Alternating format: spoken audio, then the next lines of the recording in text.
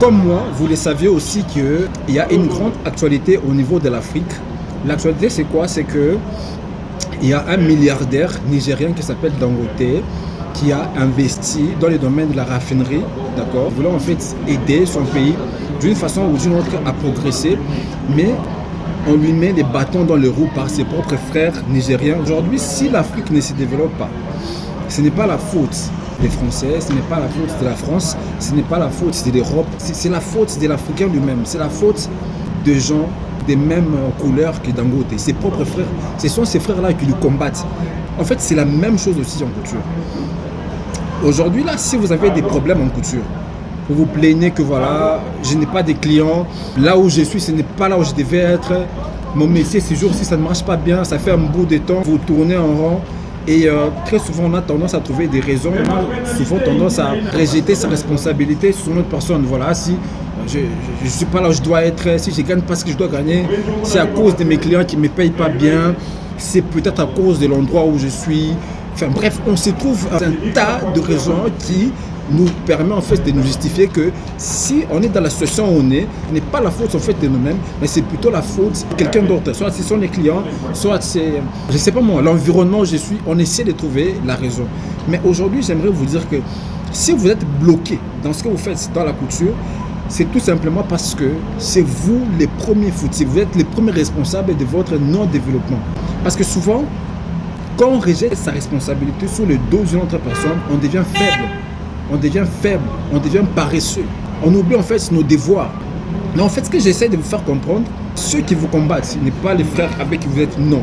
Mais vous, ceux qui vous combattent, c'est vous-même en fait. Vos peurs, la paresse, manque d'ambition, vous n'avez pas d'objectif en fait assez élevé. Voilà pourquoi vous ne progressez pas en couture.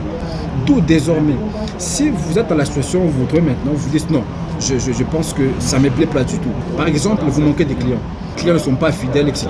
Mais il faut changer ça. Il faut étudier un certain nombre de choses. Ça peut peut-être être l'accueil, d'accord, quand vos clients viennent dans l'atelier de couture, etc. L'accueil n'est pas bon, d'accord. Peut-être c'est vous travaillez en équipe, vous avez des collaboratrices évidemment avec qui vous travaillez. Quand vous n'êtes pas, elles n'accueillent pas bien vos clients. Ça peut être l'une des raisons pour laquelle vous êtes bloqué maintenant et vous tournez en rond. Ça peut peut-être être la qualité de la couture que vous offrez, en fait, ce n'est pas à la hauteur. Il faut devoir revoir ça. Okay? Il faut revoir ça. Peut-être qu'il faut vous faire former, essayer d'améliorer la touche. Question de garder les clients fidèles et question d'atteindre le niveau que vous avez. Voilà un peu, je ne sais pas si je me fais comprendre, d'accord? Si je dois me résumer dans cette vidéo, c'est que vous êtes le responsable numéro 1 de votre développement en couture. Si vous voulez aller dans la couture, il ne faut pas chercher à trouver des raisons, à attribuer ces fautes, ces raisons à une autre personne. Vous êtes les premiers ennemis de votre développement. Mais il faut étudier tous ces points-là au niveau de la clientèle, la qualité de la couture, peut-être les temps, les délais. En fait, les temps des délais n'est pas respecté. Vous promettez dans 7 jours, vous déposez les vêtements dans 15 jours, ça devient des longues histoires. Voilà, passez aujourd'hui. Voilà un peu ces histoires qui peuvent faire en sorte que vous ayez une clientèle qui est faible et qui n'est pas assez développée. Vous devez avoir une grande vision, vous devez avoir un grand objectif, vous devez avoir un but dans la couture. Qu'est-ce que vous poursuivez? Si vous n'êtes pas là où vous devez être maintenant là-bas, vous êtes le premier responsable et vous pouvez changer ça en travaillant, en ayant des objectifs qui pèsent, etc. Donc c'est vous qui devez changer votre façon de voir les choses. Et souvent on a tendance à croire que la couture c'est un métier minime, des petits miettes, mais ça dépend de la personne qui mène ces métiers.